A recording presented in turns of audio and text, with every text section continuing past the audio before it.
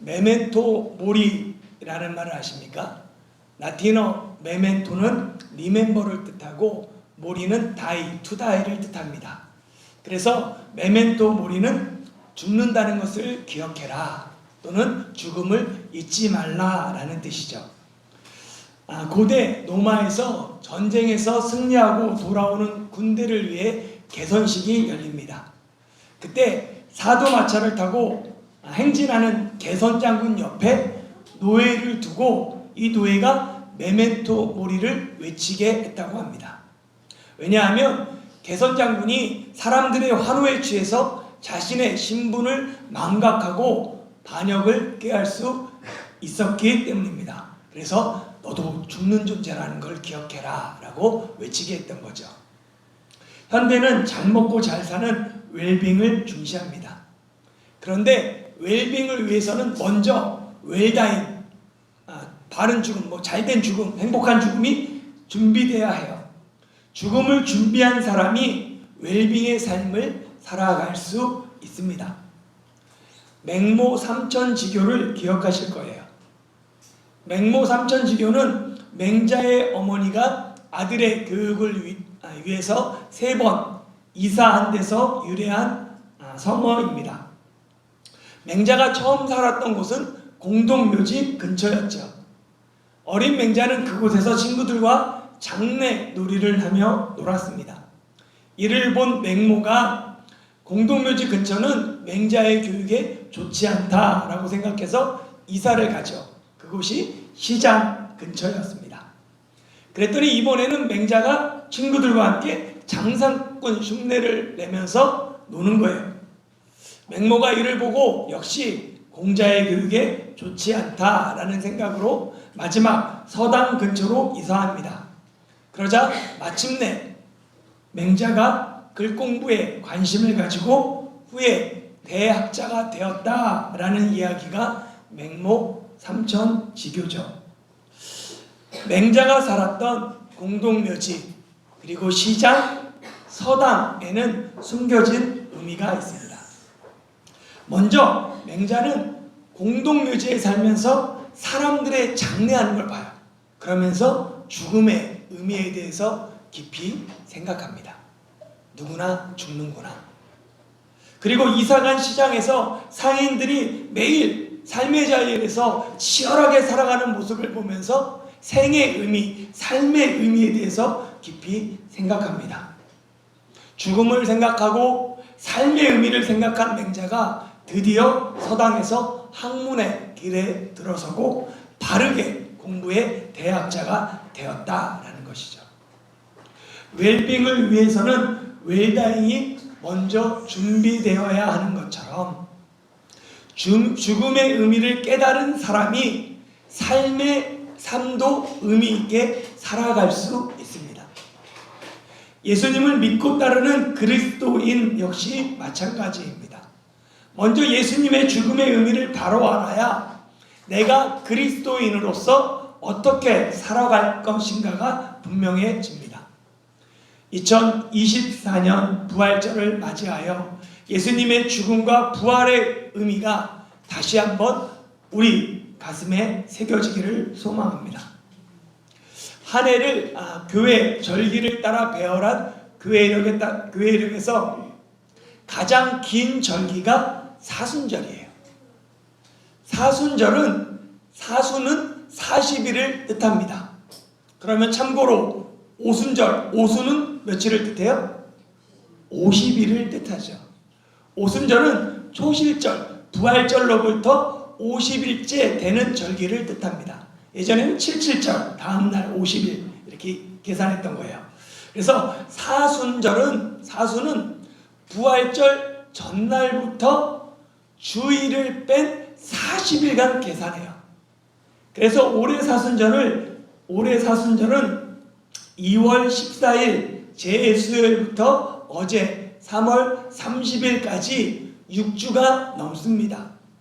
사순절에 주일을 포함하지 않는 이유는 주일이 예수님이 부활하신 날을 기념하는 작은 부활절이기 때문입니다. 교회의 오랜 전통은 부활절을 준비하는 이 사순절 기간에 예수 그리스도의 순환을 묵상하며 성경 읽기와 참회, 구제, 금식 등에 집중했습니다. 그리고 이 긴 사순절을 마치고 부활절이 되면 교회는 세례를 베풀었습니다. 부활절 세례, 정확하게 표현하면 물에 온몸을 잠그는 그 침례는 나는 예수님과 함께 죽고 예수님과 다시 사는 그 상징을 담고 있습니다. 예수님의 십자가와 부활에 내가 참여하는 의미에서 세례는 부활절을 대표하는 대표 예식이 되었습니다. 구약 성경에는 세례라는 말이 없어요. 그러나 구약에는 세례의 예표로 두 가지 사건이 등장합니다.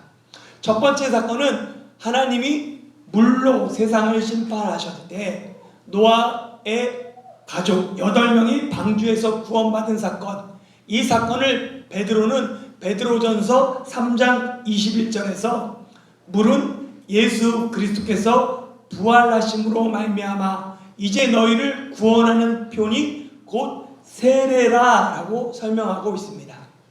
그러니까 세상을 심판했던 물, 그것은 예수 그리스도의 부활로 말미암아 너희를 구원하는 구원의 표다. 그것이 세례다 라고 얘기하는 거예요. 그러니까 세례는 구원의 표입니다. 내가 구원받았다는 공식적인 표시가 세례예요. 두 번째 사건은 출애굽한 이스라엘 자손이 홍해를 건넌 사건입니다. 이 사건을 사도 바울은 고린도전서 10장에서 세례다라고 표현합니다. 이스라엘 자손은 홍해에서 세례를 받음으로 이집트에서 종살이하던 옛사람은 죽고 이제 하나님의 백성으로 새롭게 태어나게 되는 것이죠. 세례는 죄의 종로로 타던 옛사람은 예수님과 함께 십자가에 못 박혀 죽고 예수님의 부활을 통해 새 생명을 얻었다라는 것을 공개적으로 표현하고 고백하는 것이 세례입니다. 그러니까 내가 구원받고 하나님의 자녀가 되었다, 하나님의 백성이 되었다라는 공식적인 표시가 세례이죠. 오늘 타이중 한국교회도 감사하게 교회의 전통을 따라 부활절 아침에 세례식과 입교식을 거행했습니다. 출애굽기의 이 홍해 사건은 세례를 예표해요. 그리고 출애굽이 가능했던 결정적인 역할을 했던 유월절 사건은 예수 그리스도의 십자가를 예표합니다. 오늘 본문인 출애굽기 6장에는 하나님이 이스라엘 자손을 출애굽시키시는 목적과 방법이 기록되어 있습니다. 이스라엘 자손의 이 출애굽 목적과 방법은 앞으로 펼쳐질 출애굽기 그리고 성경 전체 하나님의 구원 역사를 이해하는데 매우 중요한 계시를 담고 있어요. 그래서 다시 한번 출애굽기 6장 5절에서 7절 말씀 같이 한번 읽어보도록 하겠습니다. 시작. 이제 애굽 사람이 종으로 사는 이스라엘 자손의 신음 소리를 내가 듣고 나의 언약을 기억하노라. 그러므로 이스라엘 자손에게 말하기를 나는 여호와라. 내가 애굽 사람의 무거운 짐 밑에서 너희를 빼내며 너희의 도에서 너희를 건지며 편팔과 여러 큰 심판으로서 너희를 속량하여 너희를 내 백성으로 삼고 나는 너희의 하나님이 되리니 나는 애굽 사람의 무거운 짐 밑에서 너희를 빼낸 너희의 하나님 여호와인 줄 너희가 알지라. 아멘. 여기에 보면 이스라엘 자손은 아브라함과 이삭과 야곱의 자손입니다. 야곱의 바뀐 이름이 이스라엘이죠. 그러니까 이스라엘 자손은 야곱의 자손과 같은 말이에요. 그런데 5절에 보면 그 이스라엘 자손, 야곱의 자손이 이집트 사람의 종이 되었다라고 얘기합니다. 여기 이집트 사람은 파라오를 이야기하죠. 야곱이 아들들과 함께 이집트로 이주할 때 이스라엘 자손은 이집트의 귀빈이었습니다. 그런데 어느 순간 이스라엘 자손의 신분이 파라오의 종이 돼요. 하나님은 파라오의 종으로 신음하는 이스라엘 자손들을 무거운 노역에서 건지시고 내 백성 삼겠다라고 말씀하십니다. 하나님이 이스라엘 자손을 출애굽시킨 목적은 하나님의 백성 삼기 위함이에요. 이 일을 위해 하나님은 모세와 아론을 이집트의 파라오에게 보내셨고, 그들이 출애굽기 5장에서 파라오에게 내 백성을 보내라 라는 하나님의 말씀을 선포하기에 이릅니다. 하나님이 어떻게 파라오의 종이 된 이스라엘 자손을 하나님의 백성으로 삼을 수 있을까요? 그 방법이 6절에 보면 속량이다 라고 이야기합니다. 성경에서 속량이라는 단어가 가장 먼저 나온 게 출애굽기 6장 6절이에요. 속량이란 종으로 팔린 사람의 값을 지불하고 종을 자유인이 되게 하는 거예요. 하나님이 이스라엘 자손을 하나님의 백성으로 삼는 방법이 속량입니다. 그리고 이 속량의 방법이 유월절 어린 양의 피죠. 하나님은 유월절 어린 양의 피로 파라오의 손에서 이스라엘 자손을 속량하셨어요. 이 출애굽기에 어린 양을 통한, 어린 양의 피를 통한 속량의 원리가 신약 성경에 이르러서 세상 죄를 지고 가는 하나님의 어린 양 예수님의 피로 이어집니다. 디도서 2장 14절에 보면 그가 우리를 대신하여 자신을 주심은 모든 불법에서 우리를 속량하시고 우리를 깨끗하게 하사 선한 일을 열심히 하는 자기 백성이 되게 하려 하심이라 라고 이야기합니다. 하나님이 우리를 속량하시는데 그 방법이 대속의 방법으로 대신해서, 그러니까 대속은 내가 속량할 능력이 없어요. 그런 노예나 종을 대신 값을 지불하고 구원하는 것입니다. 신약 성경도 구약 성경도 종이나 노예를 하나님의 백성 삼는 방법으로 속량, 그것도 대속을 이야기합니다. 하나님이 이스라엘 자손을 출애굽시킨 목적, 하나님의 백성 삼는 것, 그리고 그 방법, 어린 양의 피를 통한 속량, 대속입니다. 하나님은 이스라엘 자손을 속량하셨을 뿐만 아니라 8절에 보면 아브라함과 이삭과 야곱에게 주기로 맹세한 땅으로 인도하고 그 땅을 기업이 되게 하셔요. 그러니까 구원의 완성은 그냥 내가 자유인이 되는 게 끝이 아니라 하나님이 약속하신 그 땅, 천국에 가는 것, 거기서 영원히 주님과 함께 하는 것까지가 구원입니다. 이것이 바로 온전한 복음이죠.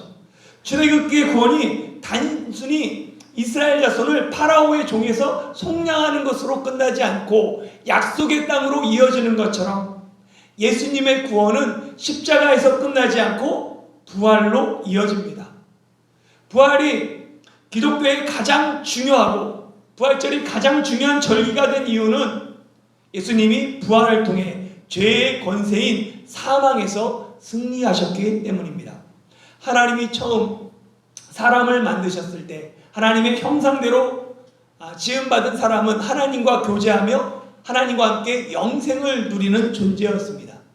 그러나 그 사람이 불신과 불순종으로 죄를 범하고 그로 말미암아 에덴에서 쫓겨나고 이후 모든 사람은 흙으로 돌아가는 존재가 되었어요. 이때부터 죄의 싹신 사망이 사람에게 왕노릇했습니다. 세상에서 아무리 유명하고 위대한 사람도 죽음 앞에 모두 무기력합니다. 누구도 사망을 이길 수 없습니다. 사람이 죽음 앞에서 눈물을 흘리며 가슴치며 절망하는 이유가 죽음의 문제를 해결할 사람이 아무도 없기 때문입니다. 그런데 예수님은 돌아가셨지만 사망에 묶이지 않으셨습니다. 예수님은 부활을 통해 죄의 권세 사망을 무너뜨리셨습니다. 예수님 안에 생명이 있고 영생이 있습니다. 예수님을 믿는 자들에게는 죽음이 더 이상 왕노릇하지 못합니다. 그리스도인에게 죽음은 더 이상 슬픔과 괴로움이 아니라 영생으로 가는 문입니다. 우리는 이미 하나님의 백성으로 하나님 나라를 상속받았어요. 그러나 천국에 가기 위해서는 우리도 죽음의 문을 통과해야 합니다. 예수님이 재림하시기 전에 모든 사람은 천국으로 가기 위해서는 죽음의 길을 통과해야 해요. 그런 의미에서 그리스도인은 죽음 앞에서도 소망을 노래할 수 있어야 합니다. 여러분은 하나님이 우리를 어린 양의 피로 속량하시고 죄의 종이었던 우리를 하나님의 백성 삼으셨음을 믿으십니까? 그렇다면 이제 우리는 하나님의 백성으로 살아가야 합니다. 출애굽기에 보면 하나님이 이스라엘 자손을 출애굽시킨 목적 세 가지를 이야기해요. 이 세 가지 목적이 하나님의 백성으로 어떻게 살아가야 되는지 기준이 됩니다. 첫 번째 보면은 여호와께 제사를 드리기 위함입니다. 출애굽기 3장 18절 같이 읽어볼까요? 시작. 그들이 내 말을 들으리니 너는 그들의 장로들과 함께 애굽 왕에게 이르기를 히브리 사람의 하나님 여호와께서 우리에게 임하셨은즉 우리가 우리 하나님 여호와께 제사를 드리려 하오니 사흘길쯤 광야로 가도록 허락하소서 하라. 아멘. 여기에 보면 우리 하나님 여호와께 제사를 드리기 위해 출애굽해야 된다라고 얘기합니다. 제사의 목적은 하나님과의 관계 회복에 있어요. 하나님과 관계 회복하기 위해서는 이스라엘 자손은 이집트를 떠나서 사흘 길쯤 광야로 가야 합니다. 하나님과의 관계 회복을 위해서는 나의 옛 생활, 옛 문화, 옛 습관, 옛 종교를 떠나야 해요. 지금까지 살아왔던 삶과 과거에 섬기던 신들과 결별하지 않고는 하나님께 구별하여 제사를 드릴 수 없습니다. 대만 선교가 어려운 이유 중에 하나가 대만 사람들은 무엇이든지 믿고 보는 특징이 있기 때문에 그래요. 많은 대만인이 션버또 신이라고 얘기합니다. 모든 걸 다 믿는다고 얘기해요. 일간도가 대만에서 상당한 교세를 유지하는 이유가 션버또 신에 있습니다. 그러나 기독교에서 모든 걸 믿는다는 건 션버또 신은 션버또 부신과 똑같은 말이에요. 모든 걸 아무것도 믿지 않는다는 같은 의미입니다. 하나님은 한 분이시며 진리는 하나입니다. 예수님이 길이요 진리요 생명이세요. 많은 길 중에 한 길, 어웨이가 아니라 더욱 웨이입니다. 많은 진리 중에 한 진리가 아니라 오직 그 진리예요. 많은 생명 중에 한 생명, 얼라이프가 아니라 더 라이프입니다. 하나님과 관계를 회복하고 참된 제사를 드리기 위해서는 옛 생활과 결별하고 반드시 이집트에서 출애굽해서 사흘 길쯤 떨어져야 한다라는 이 말씀을 기억할 필요가 있습니다. 두 번째는 여호와를 섬기기 위함입니다. 출애굽기 4장 23절 같이 한번 읽어볼까요? 시작. 내가 내게 이르기를 내 아들을 보내주어 나를 섬기게 하라 하여도 내가 보내주기를 거절하니 내가 내 아들 내 장자를 죽이리라 하셨다 하라 하시니라. 아멘. 하나님을 섬기는 것, 그것이 바로 예배하는 거죠. 하나님을 예배하고 하나님을 높이는 것을 의미합니다. 구약의 제사가 신약의 예배가 되었기 때문에 제사와 예배를 딱 잘라 구분하는 것 쉽지 않습니다. 그럼에도 이걸 굳이 구분한다면 제사는 하나님과의 관계 회복을 위한 거예요. 그리고 예배는 하나님을 높이는 거죠. 하나님과의 관계를 회복한 사람은 하나님을 예배합니다.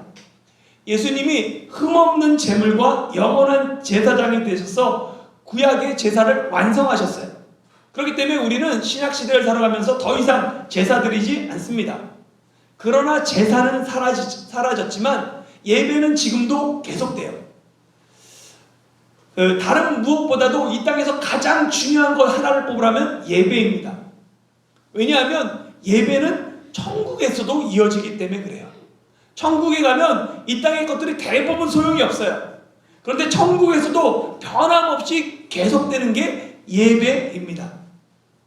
우리는 예배가 내 삶의 최우선순위에 놓여 있는지 늘 점검해야 합니다. 한 예로 우리가 이사할 때 생각해 보세요. 직장의 이동, 자녀의 교육, 집값의 부담, 건강의 유익 등 여러 가지 이유로 이사를 결정합니다. 그런데 예배 때문에 이사를 결정하는 사람은 많지 않습니다. 내 삶의 우선순위가 예배가 아니기 때문에 그래요. 이스라엘 자손이 이집트를 떠나 모든 삶의 터전을 옮겨야 하는 이유는 다른 어떤 것이 아니라 하나님을 섬기기 위한 예배 때문입니다. 하나님을 섬기는 예배가 우리 삶의 최우선순위가 되어야 합니다. 마지막 세 번째는 여호와 앞에서 절기를 지키기 위함입니다. 출애굽기 5장 1절 같이 읽어볼게요. 시작. 그 후에 모세와 아론이 바로에게 가서 이르되 이스라엘의 하나님 여호와께서 이같이 말씀하시기를 내 백성을 보내라. 그러면 그들이 광야에서 내 앞에 절기를 지킬 것이니라 하셨나이다. 아멘. 하나님께서 율법에 말씀하신 구약의 절기는 모두 7가지입니다. 유월절, 무교절, 초실절, 칠칠절, 나팔절, 대속제일, 초막절. 이 7가지 절기, 이것은 하나님이 우리에게 즐기고 누리라고 주신 거예요. 무거운 짐이 아닙니다. 하나님의 구원은 죄와 심판으로부터 우리를 해방하고 자유케 하는 것만을 의미하지 않아요. 구원에는 절기가 포함되어 있어요. 잔치가 반드시 있어야 합니다. 누가복음 15장에 보면 잃은 양의 비유, 잃은 드라크마 비유, 잃은 아들, 탕자의 비유가 나오죠. 그들은 보면 모두 그들이 되찾은 다음에 구원한 이후에 잔치가 공통적으로 기록되어 있어요. 이스라엘 자손이 이집트를 떠나야 하는 이유는 공동체의 잔치, 하나님 나라의 잔치에 참여하기 위함입니다. 우리가 안식일을 지키지 않고 주일을 지키는 이유도 주일이 예수님이 부활하신 잔칫날이기 때문입니다. 주일은 어린 양의 혼인잔치에 참여하는 날이에요. 주님께서 혼인잔치를 여시고 우리를 초대하셨습니다. 하나님께서 우리에게 절기를 누리라고 우리를 구원하셨어요. 주님의 구원은 기쁘고 즐거운 축제가 되어야 합니다. 말씀을 마무리하겠습니다. 사랑하는 성도 여러분, 하나님이 이스라엘 자손을 이집트에서 인도하신 이유는 제사를 통해 하나님과의 관계를 회복하고 하나님께 예배드림으로 하나님을 섬기고 하나님이 베푸신 절기를 누리게 하기 위함입니다. 이를 위해서는 사흘길쯤 떠나야 합니다. 떠나지 않으면 하나님의 관계도 회복되지 않고 하나님을 섬길 수도 없으며 하나님이 예비하신 잔치에도 참여하지 못합니다. 믿음으로 발걸음을 옮기십시오. 비록 그 앞에 광야가 기다리고 있을지라도 하나님이 함께 하십니다. 당연히 대적 원수 마귀는 어떻게 해서든지 우리를 보내지 않으려고 끝까지 속이고 위협합니다. 그러나 구원은 하나님께 있습니다. 하나님이 우리를 부르셨기에 하나님이 우리를 인도하십니다. 우리를 속량하신 하나님이 그리스도의 날까지 우리를 지키실 것입니다. 부활의 아침 기쁨의 잔치로 함께 감사하며 함께 즐거워하는 저와 여러분이 되시길 예수님의 이름으로 축원합니다.